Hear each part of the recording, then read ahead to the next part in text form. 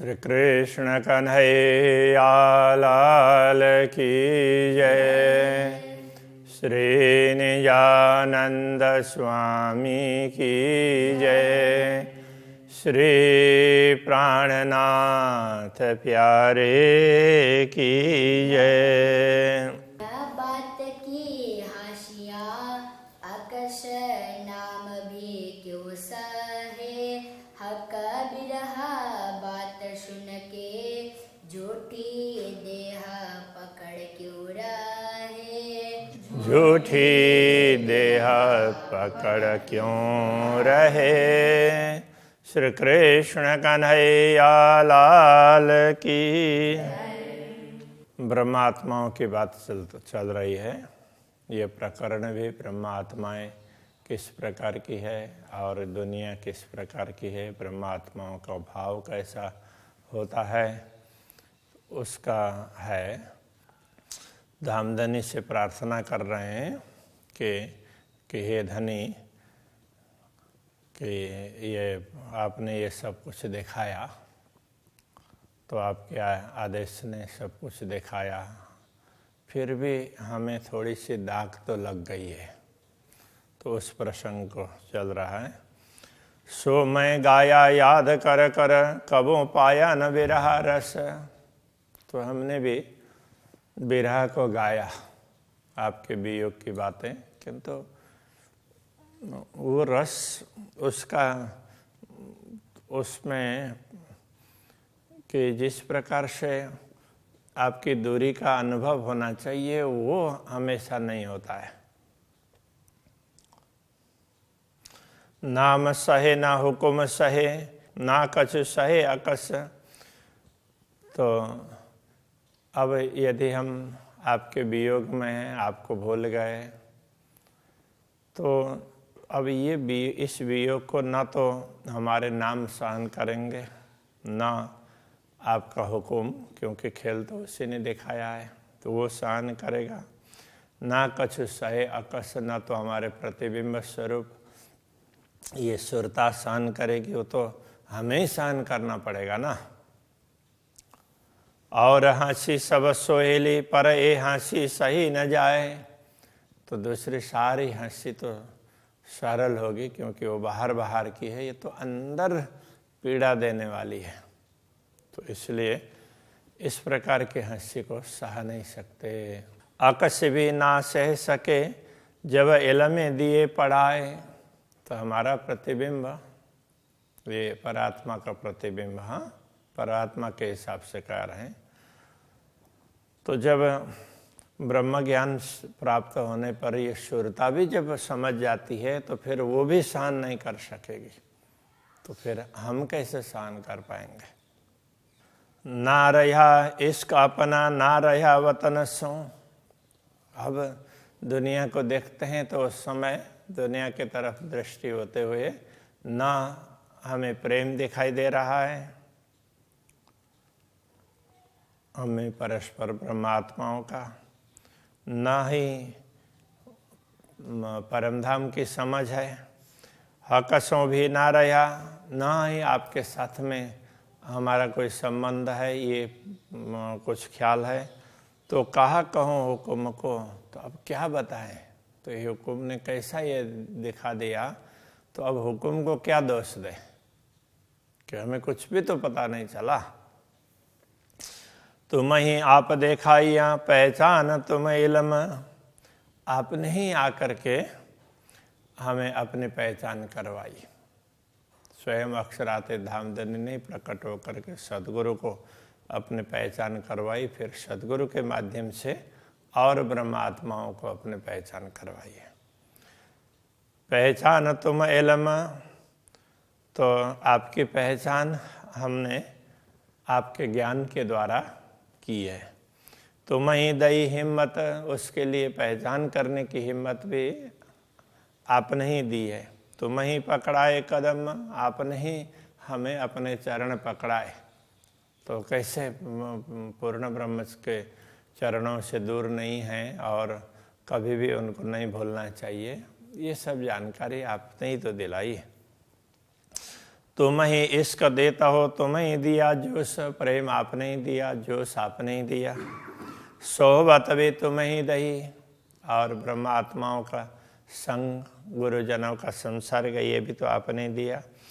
तुम्हें लावत माहे होश, और अब जागृत करके हमें होश में लाने वाले भी आप ही हैं।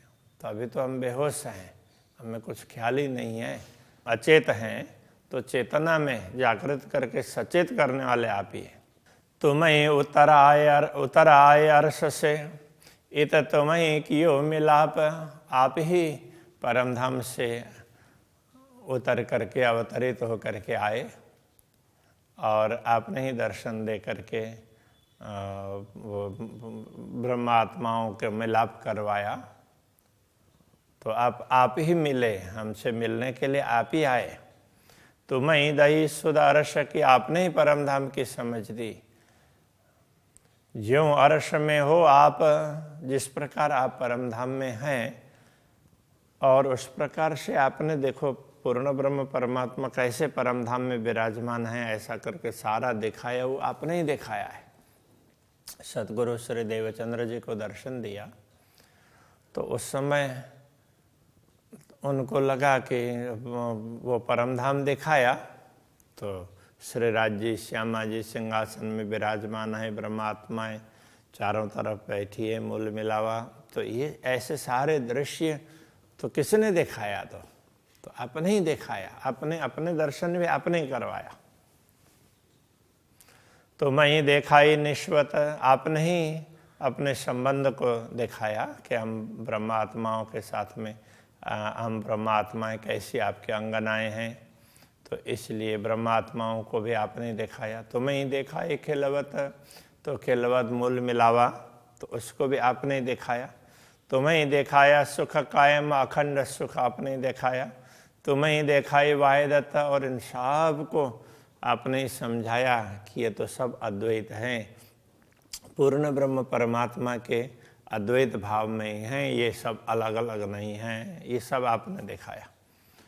खेल भी तुम दिखाया, दही फरामोशी भी तुम, खेल भी आपने दिखाया।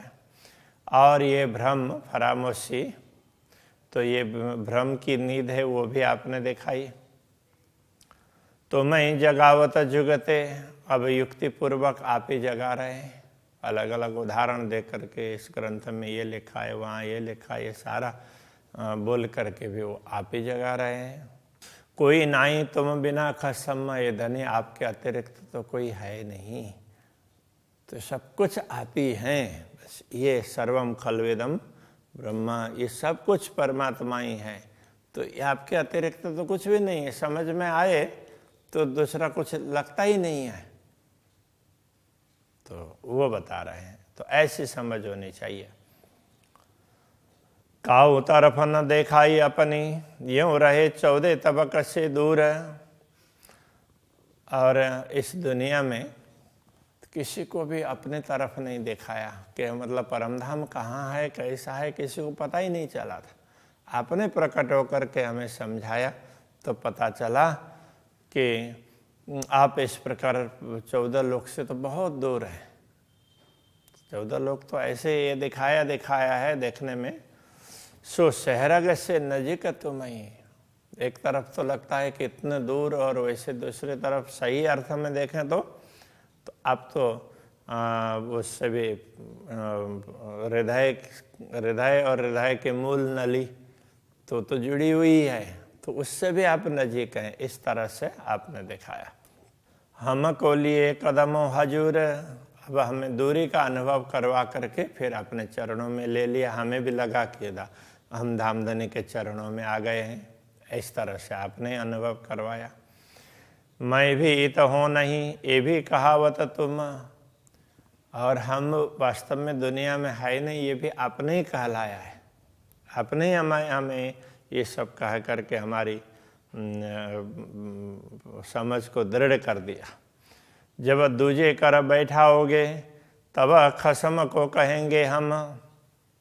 जब आप अलग करके बैठाएंगे, अलग बैठे हुए का अनुभव करवाएंगे, तभी तो हम आपको कह पाएंगे। बाकी तो हम तो आपके अंदर ही हैं, आपके अतिरिक्त तो कुछ है ही नहीं। दूजे तो हम है नहीं, ये बोले बेवरा बाहे दत्त का अद्वैत भूमिका का विवरण तो इस प्रकार से हम सब आपके ही अंग हैं, आपसे अतिरिक्त तो है ही नहीं। ज्यों खेलावत त्यों खेलत, आप जैसे चाहते हैं उसी हिसाब से हम खेलते हैं, आपने जैसे नचाया ऐसे ही हम नाच रहे हैं। ना तो क्या जाने बात बका, नहीं तो हम परम धाम की बात कैसे समझते हैं। यदि हम दुनिया को देखते हुए सब भूल गए तो हम परम धाम की बात समझते कैसे। तो आपने समझाया तो समझ में आ गई। ना तो नींद उड़े तन सुपना, ये रहवे क्यों करा। नहीं तो जैसे नींद उड़ जाए तो फिर स्वप्न के तन रहते ही नहीं, तो उसको भी आपने ही रखा और स्वप्न का तन भी है और फिर अखंड का अनुभव भी करवाया। देखो अचरज अद्भुत, धड़ बोले सिर वगैरह। तो कितना ये आश्चर्य वाली बात है, बड़ी अद्भुत बात ऐसी बनी कि ये धड़ है वो सिर के बिना ही बोल रहा है। तो सिर तो कहाँ है पता ही नहीं है, और वैसे ही ये धड़ बोल रहा है। कहने का तात्पर्य तो ये एक सुरता ही तो है, तो इसका तो कोई इतना ज़्यादा वो है नहीं, मूल का पता ना होते हुए भी तो ये बोल रहा है। तो इस तरह से ये सब आपने ही करवाया। धड़ एक दोए सुख न कहे, तिता अचरज बड़ा होए। यदि दुनिया में तो किसी का सिर धड़ से अलग हो जाए और धड़ कुछ बोलने लग जाए तो ये तो बड़ा आश्चर्य हो जाएगा, कैसे ऐसा हुआ। ये तन बिना बोले रूह अरस की, अरस की रूह अपने तन के बिना ही तो इस शरीर के द्वारा बोल रही है। तो यह दुनिया में नश्वर शरीर धारण करके बोल रही है। कहे वाणी बिना हिसाबे सोए, और बिना हिसाब ऐसी वाणी बोल रही है। अब परमधाम में तो मूल स्वरूप परमधाम में ही है, और नश्वर शरीर धारण करके तो ये परमधाम की बात इस उसके द्वारा निकल रही है। ये तो कितनी बड़ी बात है, ये आप ही करवा रहे हैं। सो भी बानी नहीं फना मिने, वो वाणी भी फना की नहीं है, फना में नहीं है, मतलब नश्वरता की नहीं है। अरस बका खोलिया द्वारा, उसने तो परमधाम के द्वार खोल कर दिखाए इस ब्रह्म ज्ञान ने। जो अब लगा किने ना खोलिया, अब तक किसी ने ऐसा काम नहीं किया था, किसी के द्वारा नहीं खोला था। कई हुए पैगम्बर अवतार, कितने ही पैगम्बर हो गए हैं, अवतार हो गए हैं, किंतु उन्होंने पैगम्बर या अवतार, पैगम्बर या तीर्थंकर कई हुए अवतार कि न ब्रोध न मेट्या विश्व का, किया नहीं निर्विकार। तो दुनिया को भी, दुनिया के मतभेदों को भी दूर नहीं किया और अखंड की बात तो समझा ही नहीं। अरस रूहें पहचान जाहिर, इन्हों कौल फैल हाल पार। तो परमधाम की आत्माओं के पहचान तो स्पष्ट है कि इनका मान वचन कर्म ये सब दुनिया के हिसाब से नहीं है, वो पार का है। सोई जाने पार वतने जाको बातों न रूह सो विचार। तो जो जिन आत्माओं को अपने मूल परात्मा के संदर्भ में ख्याल है वही इस बात को समझ सकती है और पार की बात समझ सकती है और सुखी रह सकती है। सो पट बका खोलिया और बोले न बका भी न। तो ऐसी ब्रह्मात्माएं भी, ब्रह्मात्माएं ही अखंड के द्वार खोल करके अखंड की ही बात करेंगी। उनको अखंड ही सही लगता है, दुनिया सही लगती नहीं। इन्हों पीठ दई 14 तबकों, करे जाहिर अरस रोशन। तो इन्होंने दुनिया की तरफ तो पीठ दी और तो परमधाम का प्रकाश दुनिया में फैलाया। 14 तबक की दुनी में बका तरफ न पाई किन। 14 लोग की दुनिया, उनको तो परमधाम के विषय में, अखंड के विषय में कुछ भी मालूम नहीं था। सो सबों ने देखिया किया जाहिर बका हक दिन। तो उनको भी ये पता चल गया कि अरे परमात्मा भी है, उनका ज्ञान दुनिया में प्रकट हो गया है, तो ये ब्रह्म ज्ञान का सूर्य उदय हो गया, ऐसा उनको भी लगा। बेवरा किया फुरमान में और हदीस मोहम्मद, तो इस प्रकार की कुछ बातें तो परमात्मा के आदेश में अलग अलग ग्रंथों में है। तो ऐसे कुरान और हदीस में भी इस प्रकार की बातें कही है मोहम्मद ने। जिन्हों खुली हकीकत मार्फत, जिनको इनकी यथार्थ का पता चला और जिनको जो कुछ बताना चाह रहे हैं उसकी थोड़ी भी पहचान हो गई, सोई जाने बातों न शब्द, वो भी इस रहस्य को तो वही समझेंगे ना, दूसरे तो कैसे समझेंगे। मोहम्मद सिखापन ए दई जो उतरे अरवाह सिरदार, तो मोहम्मद ने, रसूल ने इस प्रकार से उपदेश दिया कि ब्रह्मा आत्माएं तो शिरोमणि आत्माएं दुनिया में उतर आई है, ऐसा उन्होंने कहा। हक बका सिर लीजियो छोड़ो दुनिया कर मुरदार, तो उनको ये चाहिए कि वो पूर्ण ब्रह्म परमात्मा को देखें और बाकी दुनिया को सब ये दुनिया को छोड़ दें। तो अब यहाँ ये कह रहे हैं, ये सदगुरु श्री देवचंद्र जी महाराज ने प्रकट होकर के ये समझाया है। तो ये बातें, क्योंकि रसूल मोहम्मद ने तो इतना ही कहा था कि ब्रह्मात्माएं आएंगी, तो पहले भी आई हैं और बाद में भी आएंगी। वो आएंगी तो उस समय क़यामत होगा, और मेरा उपदेश है तब तक के लिए है, तब तक तुम्हें कैसे रहना चाहिए वो मैं बताऊंगा, बाकी तो जब परमात्मा उस समय आएंगे वो बताएंगे, उनके हिसाब से चलना होगा। तो ये उन्होंने ये भी बोला था, उस समय मैं भी आऊँगा। तो इस प्रकार की बात कही थी। जो भी परमात्मा की बात करेंगे, परमात्मा का काम करेंगे, उनको ही मोहम्मद कहते हैं। ये कोई व्यक्ति का नाम नहीं है, ये एक परमात्मा का काम करने वाली आत्मा, कोई आत्मा जिसके द्वारा परमात्मा अपना काम करवाते हैं, तो उसके लिए उस परंपरा में कहा है। और जितने भी पैगंबर हैं वो सारे ही मोहम्मद नाम से हैं, इस तरह से भी कहा हदीस में। तो इसलिए अभी ये सदगुरु देवचंद्र जी की बात कह रहे हैं कि जो परमधाम से अवतरित आत्माएं हैं उनको सदगुरु ने उपदेश दिया, और हक बका सिर लीजियो छोड़ो दुनिया कर मुरार। और उन्हीं सदगुरु ने क्या कहा, मोहम्मद कहे ए मोमिनो ए अरस अरवाह की रीत, ये परमधाम की रीत है ये ब्रह्मात्माओं। तो उन्होंने ये ब्रह्मात्माओं की रीत भात समझाई। हक बका लियो दिल में छोड़ो दुनिया कर पलित, अखंड को अपने हृदय में अखंड वस्तु को धारण करो, और ये दुनिया तो बहुत ही नीच है, इसको छोड़ो। अरस रूहें मोमिन लई मोहम्मद हिदायत, तो परमधाम की आत्माएं हैं, उन्होंने सतगुरु के मार्गदर्शन को, उनके उपदेश को शिरोधार्य किया। 14 तबकों पीठ दे, 14 लोक को पीठ दे करके आए माए खिलवत। अब उनको उनको परमधाम के तरफ उनकी दृष्टि जाने लगी।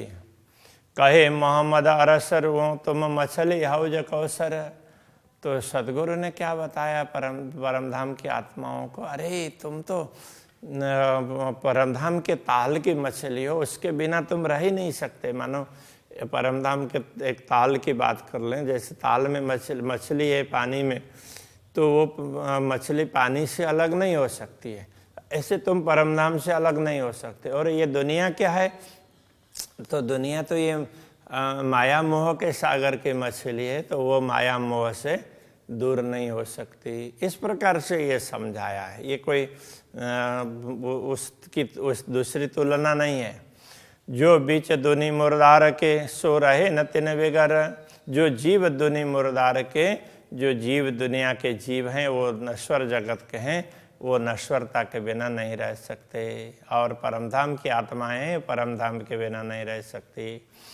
अरश अल्लाह दिल मोमिन और दुनि दिल शैतान, और ये भी कहा परमधाम अथवा पूर्ण ब्रह्म परमात्मा वो ब्रह्मात्माओं के हृदय में है, और दुनिया के दिल में क्या है, तो शैतान बैठा हुआ है। ब्रह्मात्माओं के दिल में परमात्मा बैठे हैं और दुनिया के दिल में शैतान बैठा है। दे साहिदी मोहम्मद हदीस और हक फुरमान, और उन्होंने हदीस वगैरह के और उसमें हदीस वगैरह हैं, कुरान है, दूसरे ग्रंथ हैं, उन सब के माध्यम से साक्षी भी दी। देखो यहाँ ऐसा कहा है, यहाँ ऐसा कहा है, इस प्रकार से वो साक्षी भी दे दी है। कहे कुरान दूजा कछुए नहीं, एक है हक न्यामत वाहिदत। कुरान में ये भी समझाया है कि दूसरा तो कुछ है ही नहीं, एक सत्य परमात्मा है, उनके अतिरिक्त तो दूसरा कुछ है ही नहीं। और हराम सब जानियो, उस परमात्मा को छोड़ करके दूसरी सारी वस्तुएं त्याज्य हैं। हराम का तात्पर्य त्याज्य। जो कछु दुनी लज्जत, दुनिया को जिसके प्रति स्वाद लग रहा है, अच्छी लग रही है, वो तो किसी काम का नहीं है, इस तरह से तो कहा हुआ है। दुनी दोजक दरिया मछली, दुनिया है ये दोजक के दरिया की मछली है। तो नरक के सागर की मछली, वो नरक को छोड़ना ही नहीं चाहती है। कहने का तात्पर्य ये है। पातशाह शैतान दिल पर, उनके दिल पर तो शैतान ने अपना साम्राज्य जमाया हुआ है। हराम खाता है इबलीस, तो इसलिए वो सब हराम खा रहे हैं। तो क्योंकि उनका मन है, मन पर शैतान बैठा हुआ है, तो वो इबलीस तो 3 दले दुनिया का घर, तो दुनिया उसी के नीचे है। कहने का मतलब उसी के प्रभाव में है, उनके नीचे कहने का अर्थ ये है, दुनिया बस उसके प्रभाव में है। औलिया लिल्ला दोस्त मोमिन बीच खिलवत, तो औलिया का अर्थ होता वली, मित्र। तो औलिया लिल्ला, इनको परमात्मा के मित्र ऐसा कहा है, तो रसूल मोहम्मद ने भी ऐसा कहा है।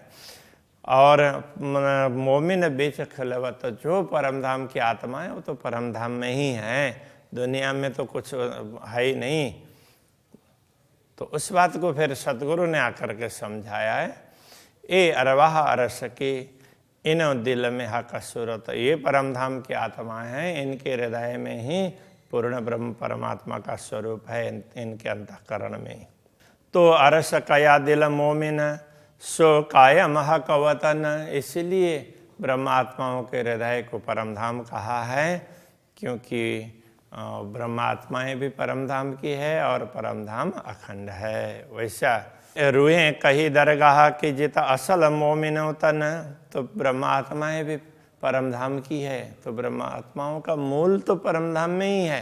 तो इस बात को समझना जरूरी है। तो मेरे ख्याल में अभी इतना ही रखते हैं, कभी इससे आगे दुनिया की बात आएगी। और अब ये ब्रह्मात्माओं की बात कह करके ना, अब दुनिया क्या है तो उस बात को समझाएंगे। तो बीच बीच में तुलना भी करते रहेंगे, ब्रह्मात्मा ऐसी है, दुनिया ऐसे है, इस प्रकार से तो ये समझाएंगे। दोनों का विवरण है इसमें। श्री कृष्ण कन्हैया लाल की जय।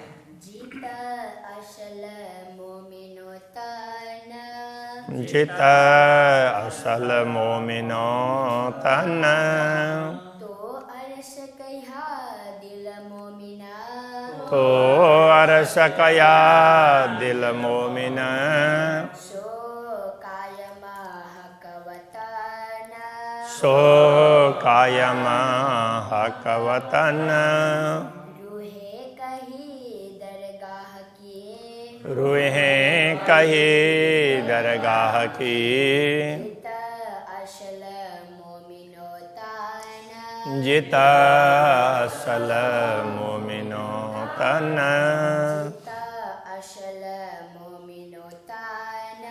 जित असल मोमिनो तन।